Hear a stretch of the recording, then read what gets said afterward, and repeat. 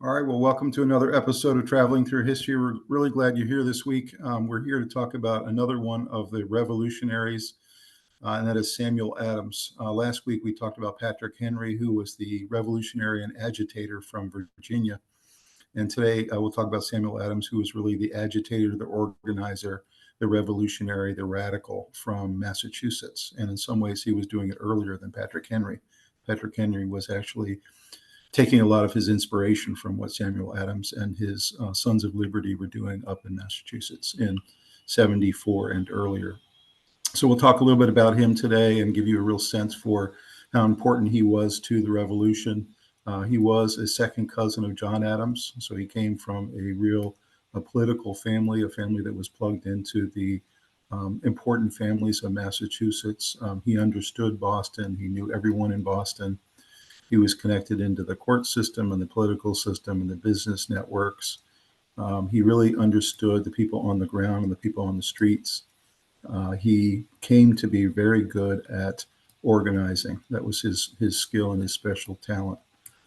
Anytime the British would do a new tax or a new act or some law that the colonists were very upset about, he would capitalize on it every single time. And he would organize a protest. He would organize a boycott.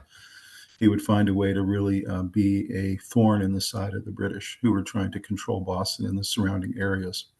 So Samuel Adams found his special skill to be he was a community organizer. And you'll see a lot of the examples of that throughout this program today. Interestingly enough, unlike the individuals in our revolutionary history who are our founding fathers who were good with the pen, like Madison and Jefferson and even Dickinson, some of those folks that were good with the pen. He, very much like Patrick Henry, was a great orator, Samuel Adams. So he would give tremendous, passionate speeches out on the greens or out in the town square in Boston and get the crowds riled up over the Stamp Act, over the Sugar Act, and all the things that were happening that the colonists were very unhappy about. In addition, he was just as good a writer, and you'll see some examples of that in the program today. He actually started his own newspaper with a couple of other colleagues. He used to be a regular contributor to the Boston Gazette, which was one of the biggest newspapers in the colonies at that time. He wrote under as many as 30 pseudonyms when he wrote in the different newspapers of the colonies back then. He would write passionate articles and columns about how colonies had rights and that their rights were being trampled upon and that we needed individual freedoms to be preserved and we needed to push back against England. And so he was agitating a lot, both through the written word and through his oral activities and his organizing activities. So you'll see all of that throughout the program. Let's talk a little bit about Samuel Adams and his history. So all the men who signed the Declaration of Independence, there were 56 total. Few exercised more powerful influence than Samuel Adams. He was born in Quincy, Massachusetts, September 22nd of 1722. So he was one of the older of the founding fathers, being born close to 1700. He descended from Pilgrim ancestors John and Margaret Thurston Adams, who had arrived in 1637 from England. Henry and Honor Wolfe of Wiltshire, England, were also of his ancestors. His father, Samuel, was of considerable wealth. He had been a very good businessman in early Boston and had several different businesses that had done really, really well, one of them being the malt industry. He started a malt factory that would supply all the breweries in town with the malt that they needed to make their beer. He was also a member of the Massachusetts Assembly, so he was also a politician and had been elected to several seats. So he was a really good example for young Samuel coming along to look at his father and all of his successes. Sam Adams was the oldest of 12 children. Unfortunately, only 3 of those 12 children made it to adulthood, including Sam. So sadly, when he got older, he only had one brother and one sister that were still alive at the time. He was a medium height, so he was not short like some of the other founding fathers, and he was not as tall as like Washington, as an example. He had muscular build. He actually really believed in fitness, and he would go out for morning walks and sometimes even evening walks, and he would do other things to to work out and keep fit. He was an early believer of fitness being an important part of your life. He had gray eyes. He had a very genial manner, very friendly manner. He had a really good sense of humor. He was one of those types of founding fathers who would go into the pubs almost on a nightly basis, and he would have a beer, and he would chat with every type of person from every level of the society, from aristocrats all the way down to the working men and women who were in the blue collar layer of our society. And that really helped him later when he was agitating, because he could call upon any type of person and have friendships and relationships with those people, because he could get along with anybody. So that was an important part of what he did. He was a devout Puritan, along with his parents. Puritans, of course, were a big part of the makeup of New England back then. And so Christianity and the Puritan way of thinking of Christianity, it was the most extreme of the Christian denominations, was a big part of the way he thought and a big part of the way he wanted the country to be formed in a very moral way. And we'll talk some more about his Puritan background. He was first married in 1749 to Elizabeth Checkley, who died in 1757, only 8 years later, from an unknown illness. We actually don't know what she died from.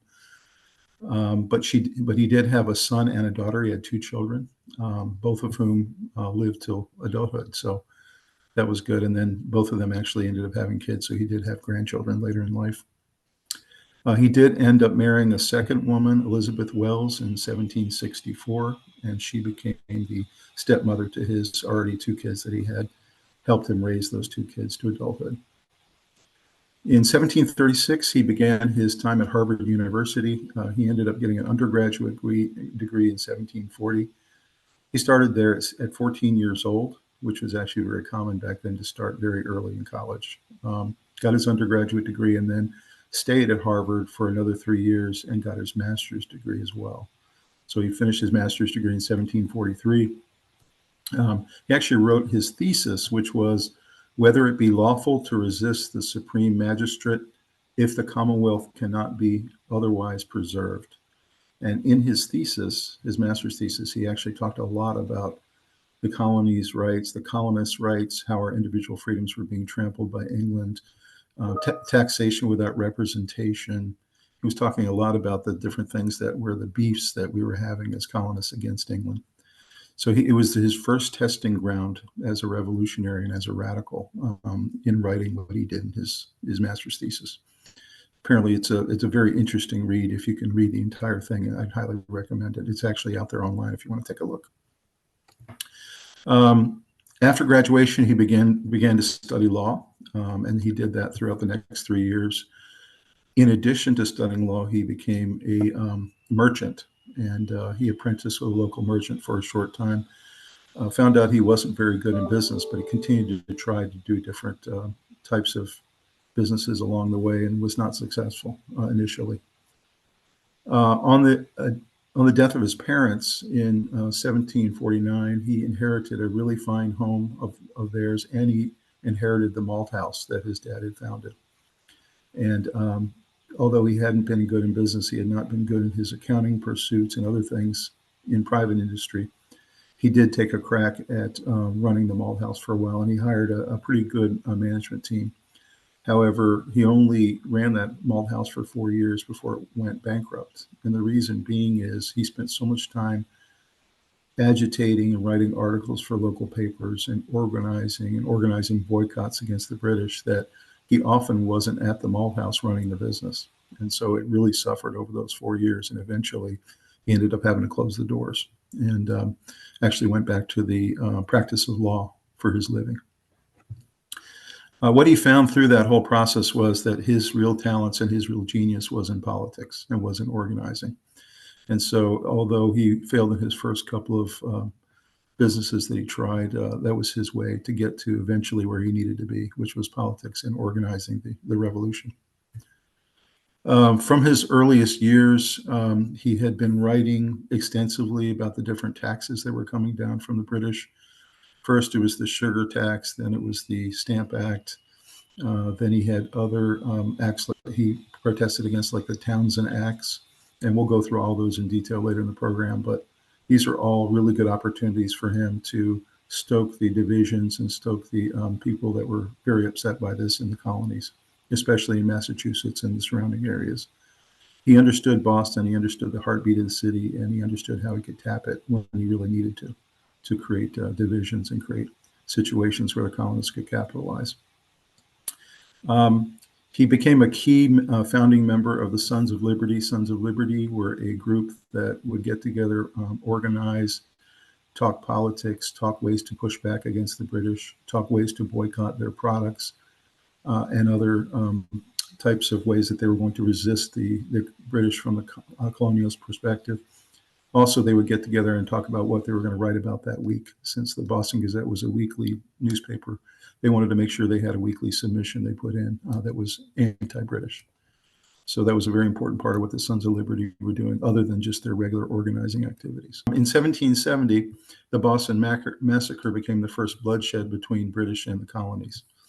It was, of course, the Boston Massacre being a situation where British troops fired into a crowd in Boston who had been rallying against some of the British policies we talked about, some of the taxes that had come down. And this was the first time British troops had actually openly fired on a colonist crowd and killed several members of that crowd. One of the individuals who got killed in the Boston Massacre was a little boy who had been standing by just watching.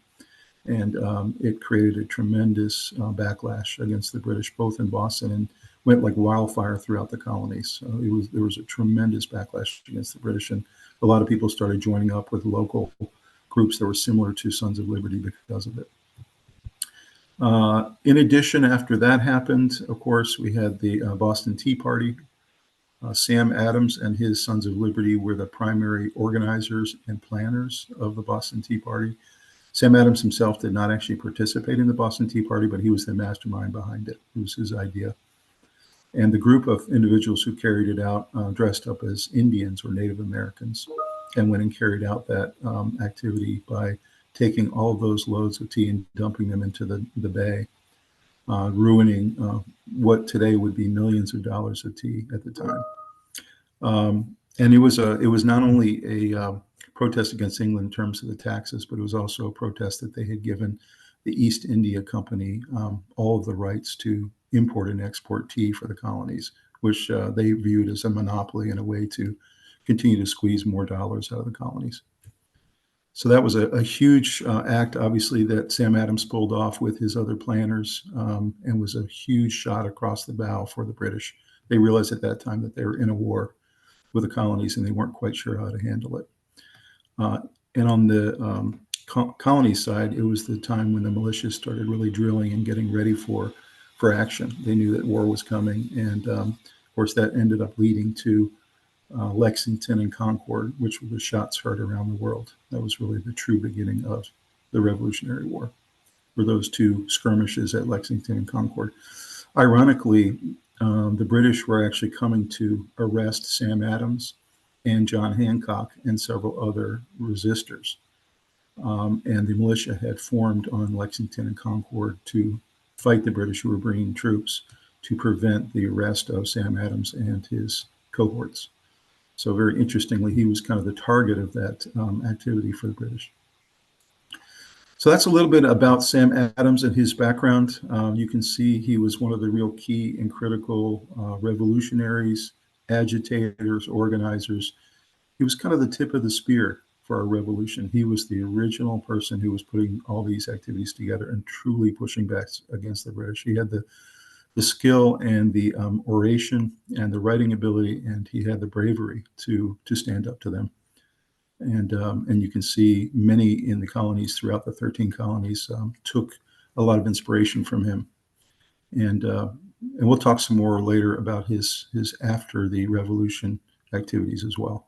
Let's go ahead and take a look at a video. We're going to see a reenactment of the period where Sam Adams started becoming politically active and a community organizer. This is a reenactment from a show called Legends and Lies, and you'll see actually pretty well done.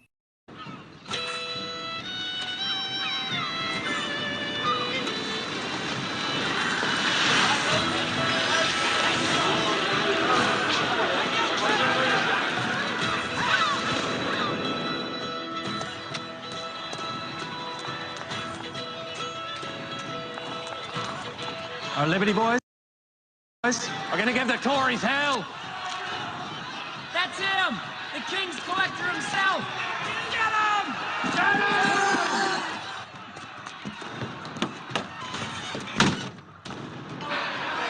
him! No regard for the rule of the crown and the protection it affords them.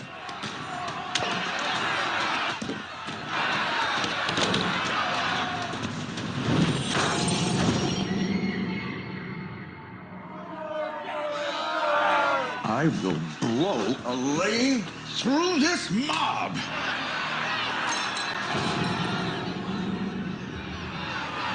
If you continue to interfere in the king's business, I will be forced to defend his interests. Just a warning shot across the bow.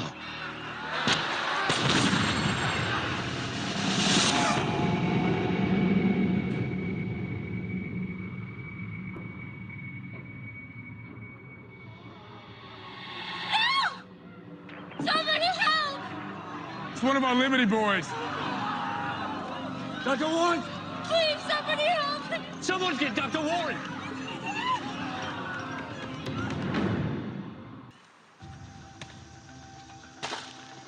Pushed to their limits by an oppressive empire, a determined group of rebels unites under the cause of liberty. Their quest for freedom will unify a people, ignite a revolution, and forge a new system of government. In time, these brave men and women will come to be known as the American Patriots. The seminal figure in the struggle is Samuel Adams, an influential colonist who defies a king, organizes a resistance, and in the end, attains the title of a nation's founding father. But behind every title stands a man, and behind every legend lies the truth. The popular image of Samuel Adams is of a beer-swilling rabble-rouser, but that legend doesn't give him the credit he deserves. Long before George Washington leads an army or Thomas Jefferson writes of independence, Sam Adams unites the colonies and takes on the British Empire. Even more than a founding father, Adams is the architect of the Revolution, and it is his fight for the natural rights of men that makes America possible. Gentlemen, I propose that we establish an association for the purpose of resisting these attacks to our rights. Hear, hear. The natural liberty of man is to be free from any superior power on earth. Not be under the will or the legislative authority of man, but only to have the laws of nature for his rule.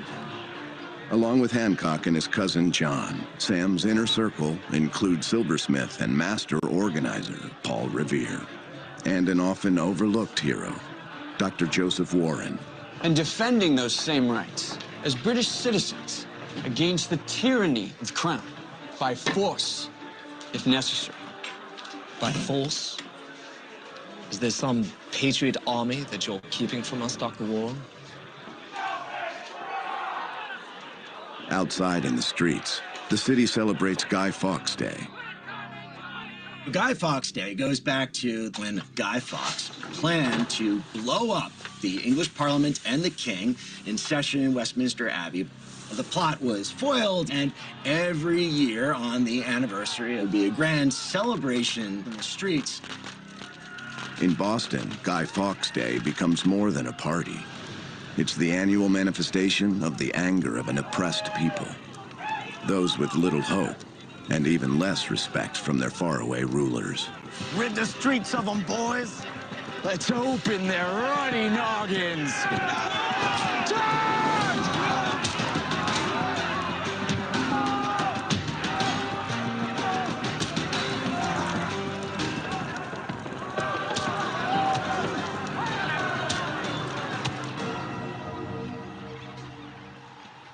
But before their anger boils over into revolution, it begins as a daily struggle in all 13 colonies under British rule. At the epicenter of the struggle is Boston. As in most conflicts, one front is economic. To weaken the British position, the rebels withhold the enemy's source of income. taxes. To do this, men like Sam Adams and John Hancock turned to smuggling, sometimes liquor, which means in the eyes of their British rulers, America's patriots are no more than a group of organized criminals. 2 yards here, quite nice. Mr. Hancock. Samuel. John Hancock is the richest man in Boston. He's inherited a very successful merchant house from his uncle. He had a tremendous amount of cash, and that was key for Sam Adams, who was always broke. John, I'm looking for something special. Perhaps something beyond His Majesty's reach. I have just the thing for you, Mr. Adams. A lot of merchants made a lot of money by avoiding the taxation, and John Hancock was a major culprit in this. For my private reserve, I only ask that you put it to good use. We'll use it to celebrate my cousin's wedding. Thank you, John. Rich men like Hancock worked together with street-level organizers like Sam Adams. Sam, may I walk with you a piece? Certainly, I'd appreciate the company. You don't require a carriage, do you? Not today, Sam. I have an appointment. It isn't far. Besides, I dare make a show of wealth in the streets for fear of that dreadful Hutchinson hunting me down for a king's ransom. Now, you and I both know there are ways around that, John. Hancock and Sam Adams symbolize what we think of as one of the characteristics of the United States. People of different backgrounds coming together for common purpose. The man responsible for enforcing British rule in Massachusetts is Lieutenant Governor Thomas Hutchinson. Seize all the records. Hutchinson was part of this top layer of officials in the colonies that were appointed by the British Crown and were answerable to the Crown and didn't feel that they were answerable to the Americans. All of it now! In spite of high British taxes, the American colonies are flourishing, while England's economy is struggling. The reason that they taxed America was because of the French and Indian War. It so bankrupted the British Treasury that there had to be ways in which they could make up for this lost revenue. And they decided to tax the colonies. Burn them out! Many colonists ignore the taxes, so Britain takes action. You have the right to do this! New tax laws and anti-smuggling searches turn revenue collection into combative encounters. And this includes something called the writs of assistance, which is essentially a warrant where the British can search anyone's property freely.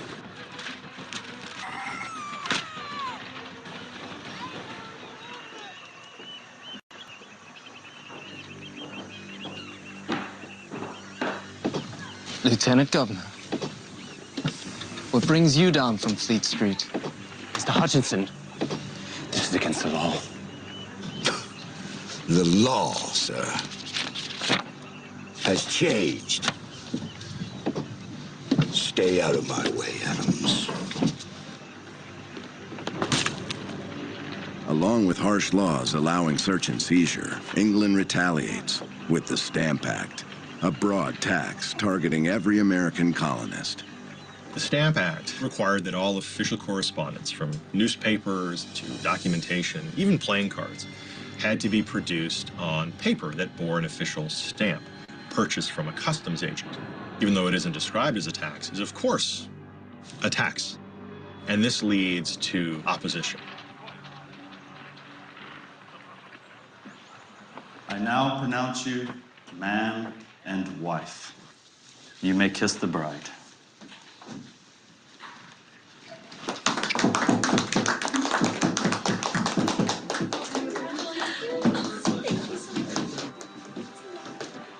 Sam, heartfelt congratulations to you both. To convince such a lovely woman to wed the likes of you. Thank you, Sam. What is that? Oh, right. Have you heard the new laws? A new tax, what of it? Not just a new tax. It's an egregious violation of our goddamn... Sam! Not today. It's my wedding day. a moment of your time. John Adams and Samuel Adams were cousins, but there was a difference in the way they lived their lives. John was an up-and-coming lawyer. He's much more the hard-working Puritan than Samuel was. There is no need to protract the inevitable. Find it within your bearing to accept that which you cannot control. Do you wish to run afoul of old Hutchinson? Will you at least read the new laws? Well, I'm quite certain I shall become as agitated as you are, sir. From old Hutchinson himself. It smells like a musty tavern. The Green Dragon? Not exactly. What a grand idea that is.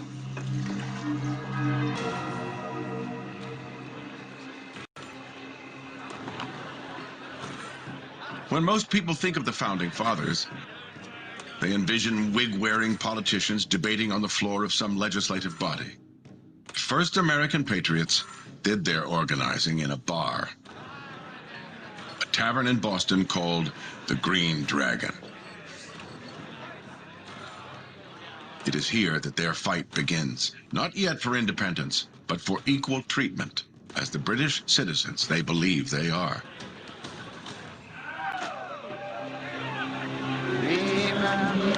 Remember the 5th of November.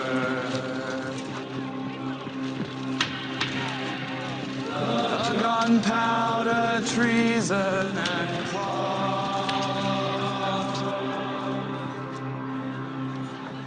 Every word of this new law is completely illegal. It is an absolute insult to over 500 years of English common law. You cannot simply search a man's home and seize his property without proper cause and provocation. Yes, but how do we respond? What recourse do we even have? I propose that we establish an association for the purpose of resisting these attacks to our rights. Sky Fox was his intent. Blow up the king and parliament.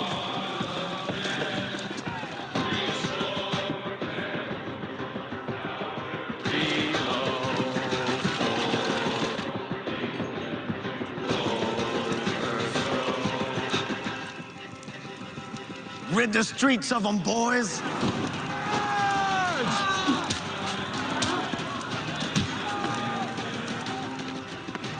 People of Boston do indeed have the strength they need to put up a resistance. And as the Sons of Liberty look to their future fight, they know they need a military force. It's no longer a question of if, but a question of when. I think you found your army, Mr. Hancock. So you can see a lot of great tidbits there from that reenactment. That's a really great show, by the way, Legends and Lies. But you can see what Sam was doing at the time. He was organizing, agitating, and they were doing it from the perspective not yet as wanting independence, but really just wanting fair treatment from the British. Some of his colleagues he was working with, of course, John Hancock, who was the richest man in Boston. Later on, when they signed the Declaration of Independence together, John Hancock, of course, had the largest and most distinct signature of all the 56 signers of the Declaration. But he was really Sam Adams' benefactor, since Sam Adams often was broke and didn't have any funds to do anything. And he became kind of John Hancock's organizer or front man for this activity they were doing. You can also see a mention there, Paul Revere, who of course had the famous ride to go warn the colonists of the British impending actions they were coming to take at Lexington and Concord. You saw a mention of and also a scene there with his cousin John Adams, who of course became our second president and was one of our most important founding fathers. You saw at that time John Adams was actually very hesitant about whether anything could really be done revolution-wise or to push back against the British. He said in that quote, essentially to Sam, you need to accept things you cannot control. And of course, Sam did not agree with that, and he continued to push and push and push to become the revolutionary and agitator that he did. You also saw some scenes there of what it was like in the streets of Boston. There was lots of anger. There were lots of people that were very upset with England and were willing to get out in the streets and actually take action and actually get into fights and get into brawls. And you heard the last quote there at the end. Essentially, Sam Adams had found his little army against England, which was the street people of Boston, who were becoming more and more upset with what England was doing at every single action. Another key figure in that video you saw was Hutchison, who was the local governor and who was the one that was in charge of finding the tax revenue that England wanted.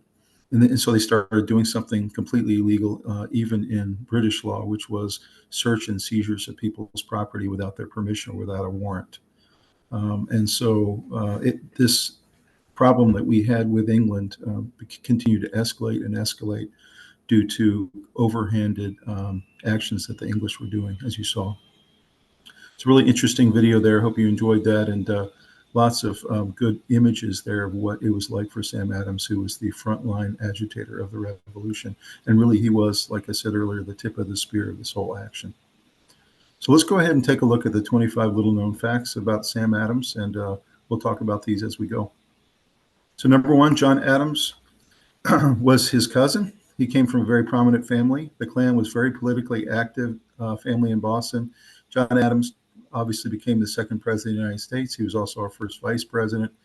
He was right in the middle of all things revolution later on. However, as we mentioned earlier, Sam Adams was even earlier than John Adams to the cause. You can see the two of them there. They actually had a little bit of a resemblance as well. They were second cousins. The family was very large. Samuel was the 10th child out of 12. Unfortunately, only 2 of his siblings survived past childhood. He ended up becoming the oldest child who survived. Abigail Adams was John Adams' third cousin. So ironically, he ended up marrying his third cousin. And of course, John Quincy Adams became president later on and was the son of John Adams. So the Adams family really was a dynasty in Massachusetts and colony politics. Number 2, Samuel Adams' education was paid for with flour and molasses. Adams spent his time at Harvard College, which is a picture there on the top right, as you can see. And that's actually his statue today at Harvard University. He spent his time learning law, philosophy, and Latin. His mother did not want her son to be a lawyer and discouraged the pursuit. Instead of choosing law right out of school, the fresh graduate decided to try apprenticing as a merchant, but he found he did not have a head for business and quickly abandoned it. He essentially failed at all of his early attempts at careers, such as accountant, merchant, tax collector. All of these things he was not good at, but his real calling was in politics and in the law. His dad paid Harvard in flour and molasses instead of in dollars. So a really interesting way to pay the school for his son's tuition. Number 3, his father was founding member of the Boston Caucus. The Boston Caucus was a political organization that helped spark the American Revolution. The group had enormous sway in government and would often handpick political figures. Boston Caucus favored candidates rarely lost. Samuel Adams was an active member of all the various branches. The group also worked closely with the Loyal Nine and the Sons of Liberty and other Patriot organizations. So this is really interesting, all the different organizations that were brewing up and kind of agitating at the time for independence or pre-independence. First one being the Boston Caucus, and then the Loyal Nine, and then Sons of Liberty. Those 3 would be a really interesting read if you want to dig into those a little bit more. These 3 organizations worked together and were the tip of the spear for the revolution. Number 4, Sam Adams didn't actually brew beer. Despite popular belief, the founding father never brewed beer. He did, however, work for his father's malt house. The business simply made malt that was then sold to breweries, since malt is the primary ingredient for beer. After his father passed away in 1748, Adams took over the family business, but only ran it for a couple of years until it went out of business. As we talked about earlier, he was very distracted in all of his organizing and political activities. On Patriots Day, 1985, as the opening battles of the American Revolution at Lexington and Concord were being reenacted, Boston Beer Company founder Jim Koch introduced his new craft beer at about 35 bars and restaurants in Boston. Koch, a 6th-generation brewer, used the same family recipe developed by his great-great-grandfather in the 1860s to brew Lewis Koch Lager in St. Louis, Missouri. But rather than reviving the family name on the brew, Koch insisted and chose the name of his beer after his favorite revolutionary patriot, Samuel Adams. And you can see there on the bottom left, the Samuel Adams beer line. of which I like very much. It's a delicious beer. They have lots of different tastes and flavors that you can try. On the top left up there is the old malt house that Sam Adams and his father owned, and you can see it there with the stack and chimney on the right. So that was the malt house at the time. Number 5, he wasn't very good at being a tax collector. From 1756 to 1764, Adams worked as a tax collector. As tax rates mounted, it became more difficult for colonists to foot the bill. Ever the ally of the underdog and always a poor businessman, Adams decided to look the other way on a lot of occasions.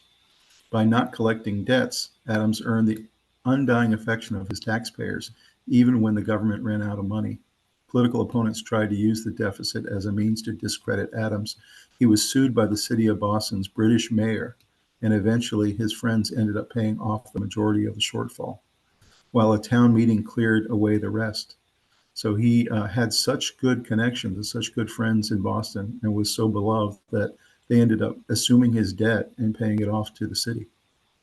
It was decided that the uncollected debts were unavoidable, and Adams' reputation emerged relatively unscathed. So pretty interesting that he was not good at being a tax collector, but it was really intentional. He felt very bad for the people and felt they were being overtaxed. And fortunately, he was bailed out by his friends.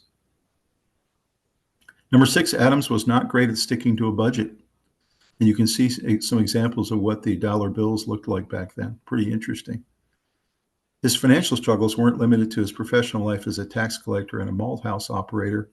He struggled to manage his own money as well. As such, his family was often on the brink of poverty.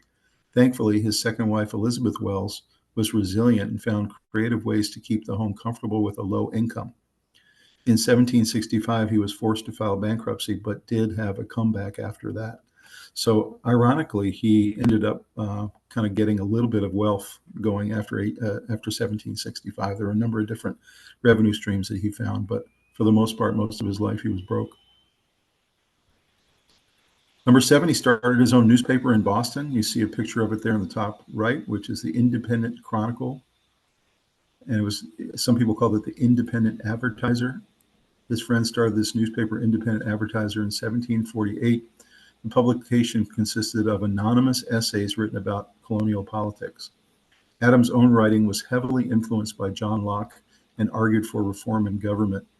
He would write articles almost daily under as many as 30 different pseudonyms, so many that historians have been researching them for years and do not believe they discovered them all. Most of his writings were complaints about British policies and infringement on Americans' individual rights. And you can see there's an example of an article there on the bottom right that was a complaint regarding some of the British overhanded policies. Number 8, the Boston Gazette was another outlet for Adams' writing, stoking rebellion. In the years leading up to and into the Revolution, Adams made frequent use of colonial newspapers such as the Boston Gazette and began openly criticizing British colonial policy, and by 1775 was advocating independence from Britain. His writings would promote the ideals of colonial rights by publishing his letters and other accounts which sharply criticized British colonial policy and especially the practice of colonial taxation without representation. And that was really that clause that we talk about even today, taxation without representation, was very much attributed to Samuel Adams. That was kind of his concept and his idea, that anybody who gets taxed should have a vote in the body that they're being taxed by. The Boston Gazette had a large circulation at the time and was published weekly. Its publishers, Benjamin Eddies and John Gill, both founding members of the Sons of Liberty, were on friendly and cooperative terms with Adams, James Otis, and the Boston Caucus.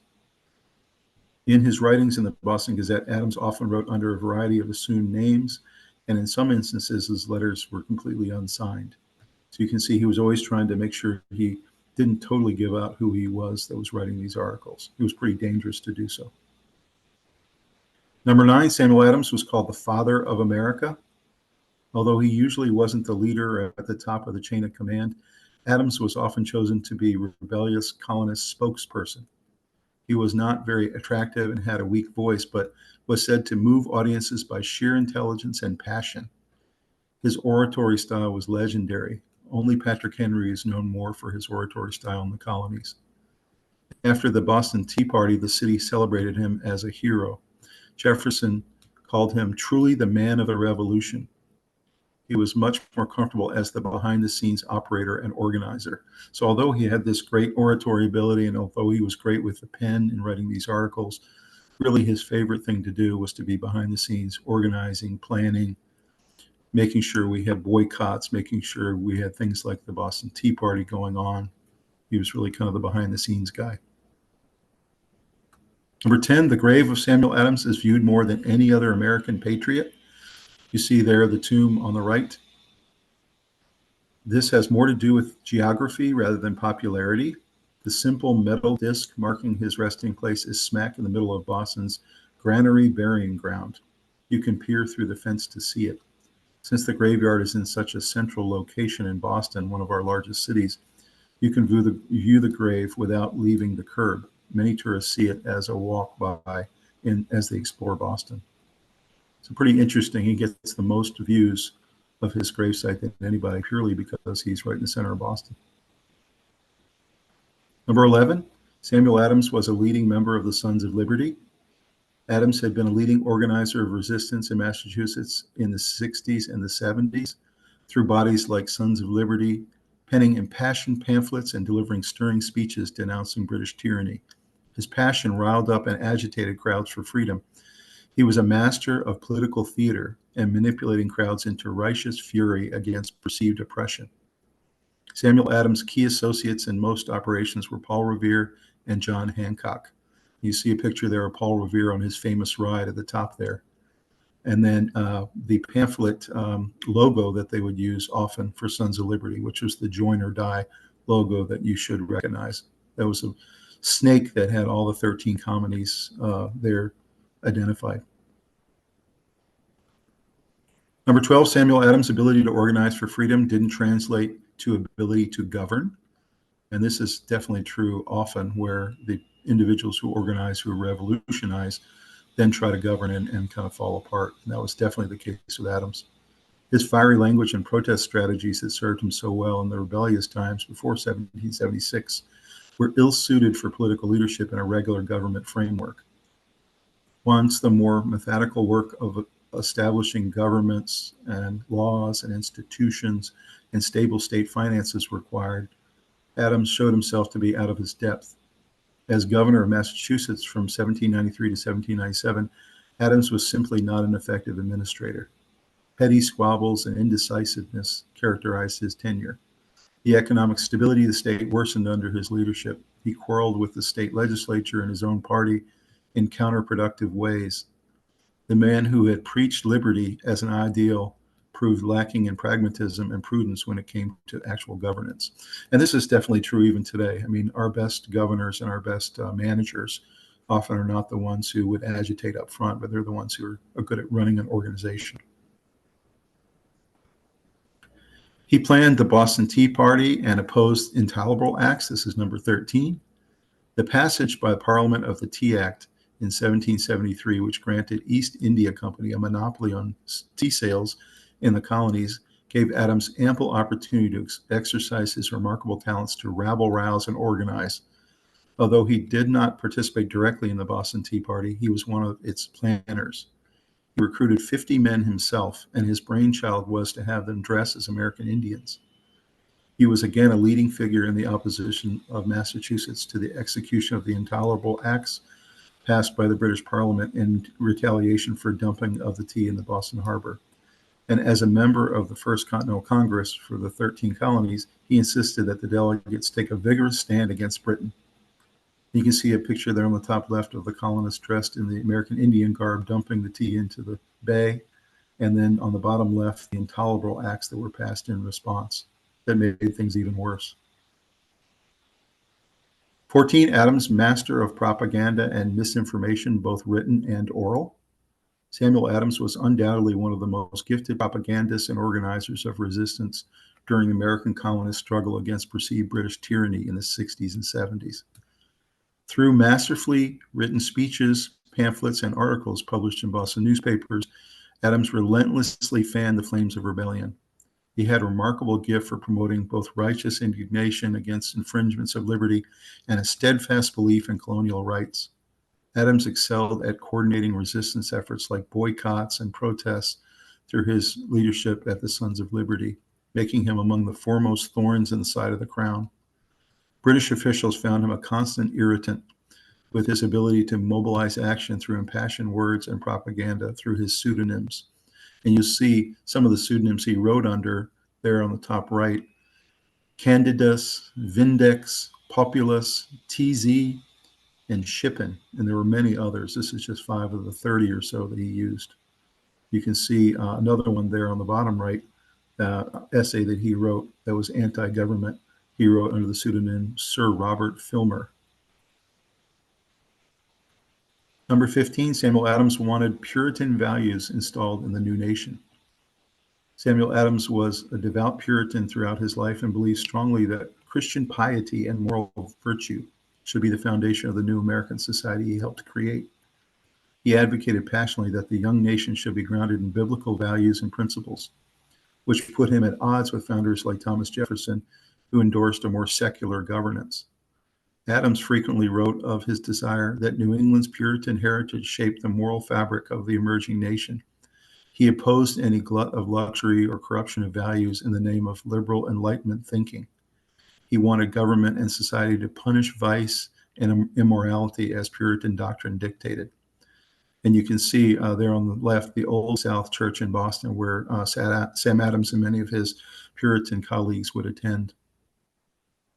And then on the right there, bottom right, is Faneuil Hall. That's the original version of Faneuil Hall. Of course, it got much expanded after that, but that sat right in the middle of Boston and was really kind of the central location. Everybody would meet up, and there were stores and shops and bars, and became the center of Boston. Number 16, Samuel Adams was a big player at the First Continental Congress. As a member of the Continental Congress, in which he served until 1781, Adams was less conspicuous than he was in town meetings in the Massachusetts legislature, for the Congress contained a number of men as able as he was. However, his reputation as organizer of the Boston Tea Party had gained him national fame, and others were in awe of his oratory skills. He and John Adams were among the first to call for final separation from Britain in a passionate speech on the floor. Both signed the Declaration of Independence, and both exerted considerable influence in the Congress. And you'll see there at the top right, the First Continental Congress meeting with Sam Adams in the middle of it. Number 17, Samuel Adams was one of the 56 signers of the Declaration. These 56 men were considered a large group of our founding fathers, a collection of talent in one place at one time in history that historians have struggled to explain. Like, how is it possible that the Americas had this many talented people in one place? Well, one explanation was that American society was more open to talent than England or the rest of Europe, where hereditary bloodlines were essential credentials for entry into public life. In other words, for you to rise to the top, you had to be born the right way or born to the right family. Whereas in the Americas, that didn't matter. It was all about talent. The founders comprised what Jefferson called a natural aristocracy, meaning a political elite based on merit rather than on genealogy, thus permitting men of impoverished origins such as Hamilton and Franklin, who would have languished in obscurity in London, to reach the top tier. In the latter sense, the founders were a self-conscious elite unburdened by egalitarian assumptions. Their constituency regarded only the long-term interest of the citizenry that they, the founders, had been chosen to lead. When Jefferson concluded the Declaration of Independence by proclaiming that all the signers of the document were wagering our lives, our fortunes, and our sacred honor on the cause. And that really was true. Not only was this system based on merit only, it was also based on what are the rights and the needs and the wishes of our people. So it truly was a citizenry-focused only government. And you can see the Declaration, top piece of the Declaration there on the top left. And then on the bottom left, you have Sam Adams' signature on that document, along with his cousin, John Adams. Number 18, Lexington and Concord were the shots heard around the world, but were an attempt to arrest Samuel Adams. And we mentioned this a little bit earlier. Eventually, British authorities had had enough of Adams and his agitation through the Sons of Liberty. In 1775, British General Thomas Gage led a force of soldiers from Boston to Lexington on a mission to arrest Adams and fellow colonial radical John Hancock. But American spies got wind of the plan, and American militiamen confronted the British on Lexington Common. And you'll see that on the top left there. That's the Lexington battle that happened right in the middle of Lexington. The ensuing battles of Lexington and Concord were the opening armed confrontations that sparked the Revolutionary War. And the battle at Concord is there on the top right. Number 19, the New England Patriots football team original logo was based off Samuel Adams and the Sons of Liberty. From 1961 to 1992, the Patriots used the logo of a Revolutionary War Minuteman hiking a football. And you see the original logo there in 1961. The Patriots woodmark logo during this time consists of a Western-style font. The Minuteman logo became known as Patriot, which later became the name of the team's mascot. The logo was chosen in 1961 as part of a fan contest where people listening on radio would send in their logo entries for the contest. The man who won later said it was inspired by Samuel Adams and the Son of Liberty, as well as the men who stood firm against the British at Lexington and Concord. So a very interesting aspect there that this logo was really inspired by those patriots. Number 20, Samuel Adams served Massachusetts after the war. So after leaving the Continental Congress in 1781, Adams went back to Boston and eventually got back into state politics. He served for a time as the president of Massachusetts Senate, as lieutenant governor under Governor John Hancock, his former fellow radical. And then when Hancock died in office, Adams took over for him and subsequently was elected to 3 one-year terms before retiring. He was largely considered to be a fairly inconsequential governor. And as we talked about earlier, his early rabble-rousing, organizing, and freedom fighting really didn't translate into governing. You can see a picture of them on the bottom right when he was governor, and then the flag of Massachusetts there in the middle. Number 21, Samuel Adams got 2 degrees at Harvard from age 14 to 18. He attended Harvard Law School, receiving a bachelor's degree in 1740 and a master's degree in 1743. His master's thesis was, whether it be lawful to resist the supreme magistrate of the Commonwealth cannot otherwise be preserved. And we mentioned this master's thesis earlier, but you can see again that this was his first attempt at really being a freedom-looking person and looking at what the British were doing that he was very unhappy with, and many of his countrymen were unhappy with. It was clear that from an early age, Adams was thinking like a revolutionary and an agitator. When Adams entered Harvard, ostensibly to study theology and later to take up his father's career, but life in college also exposed him to the ideas of the Enlightenment philosophers like John Locke, who held that certain rights and liberties were inherent to humanity and that government should reflect that truth. And here's some pictures of the building where he had several classes on the bottom left, and then Harvard University at the time called Harvard College. Number 22, committees of correspondence were Samuel Adams' idea. So the committees of correspondence were groups appointed by the legislatures in the 13 British American colonies to provide colonial leadership and aid intercontinental cooperation. Their emergence as agencies of colonial discontent was prompted by Samuel Adams, who, at a Boston town meeting on November 2nd, 1772, secured the appointment of a 21-man committee of correspondence to state the rights of colonists as men, as Christians, and as subjects, and to communicate and publish the same to the several towns in the province and to the world. Within 3 months, some 80 similar groups had been formed all over Massachusetts.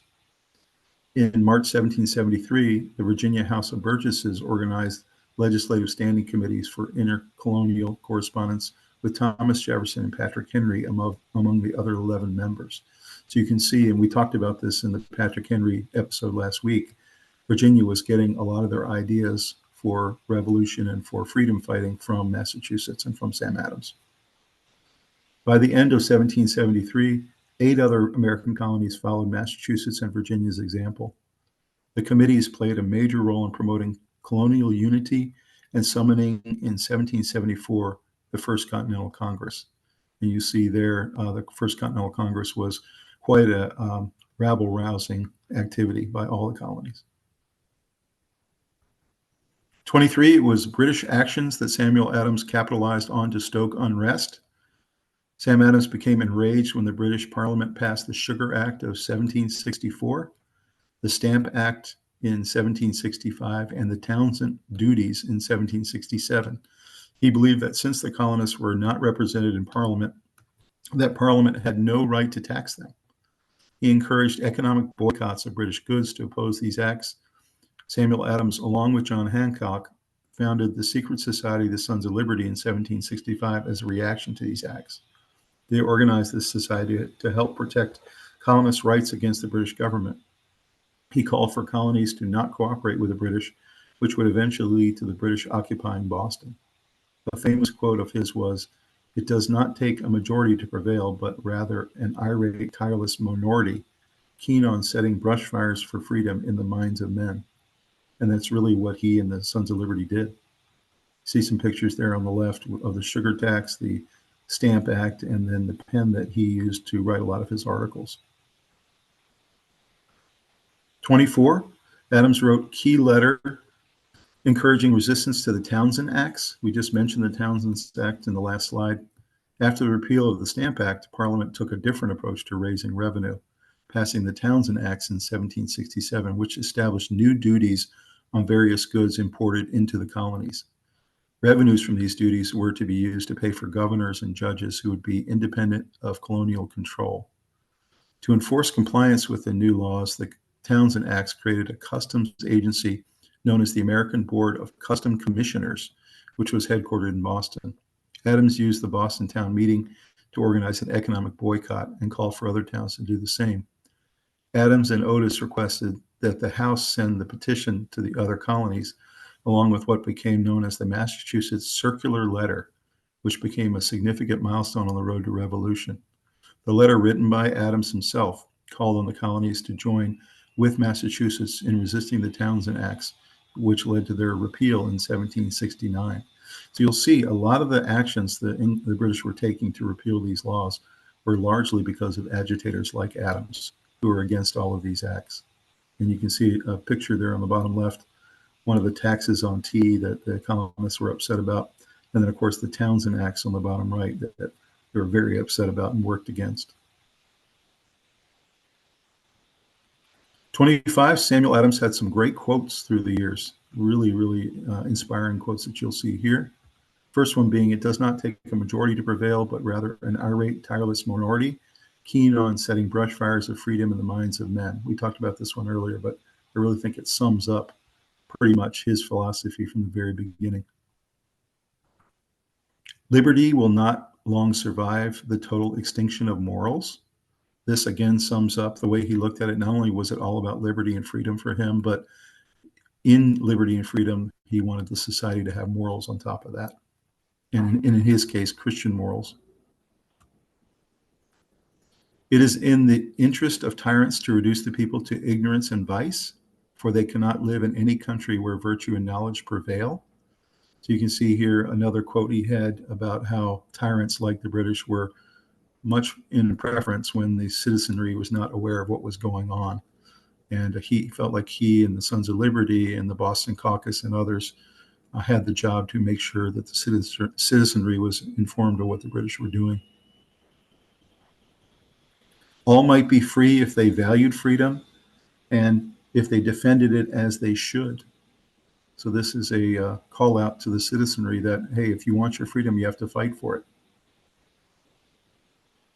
"If ever a time should come when vain and aspiring men shall possess the highest seats in government, our country will stand in need of its experienced patriots to prevent its ruin." And that's very much where he felt like they were in the 1760s and 1770s, was in a place where the vain and aspiring men of the British had taken all the heavy seats in the government, and that we needed to push back and reclaim our freedom in our own government. "Among the natural rights of colonists are these: first, a right to life; secondly, to liberty; and thirdly, to property, together with the right to defend them in the best manner they can." And if you really look at those 4 rights he's talking about, life, liberty, property, and the right to defend, those really are, in the end, what came out in the Constitution in the 1780s, and also the Bill of Rights. Those all were those concepts that were protected. The country shall be independent, and we will be satisfied with nothing short of it. In the end, that was the kind of the cry for freedom, was we needed independence because it was the only way we could protect our rights as the colonies. So hopefully you enjoyed that. A little bit more about Samuel Adams, really one of our most important founders. They called him the father of the country, and the reason is because he really was the first person who was organizing against the British. Many people were feeling that way, but nobody was taking action. He was organizing, he was putting groups together, boycotting, demonstrating, and writing against the British, and finding ways to really stoke revolution and liberty and freedom finding by the colonists. And so because of that, he was one of our most important founding fathers. Hopefully you'll try to look into his history a little bit more. He has a lot that he did and a lot of things he accomplished. There are a lot of really cool events that happened in his life that really were on the path to freedom. And we owe him a humongous debt for our independence. Hopefully you will like this video and subscribe to the channel. We have a lot more great videos coming, and we really look forward to seeing you in a future episode. Hopefully you love history like we do. Have a great evening.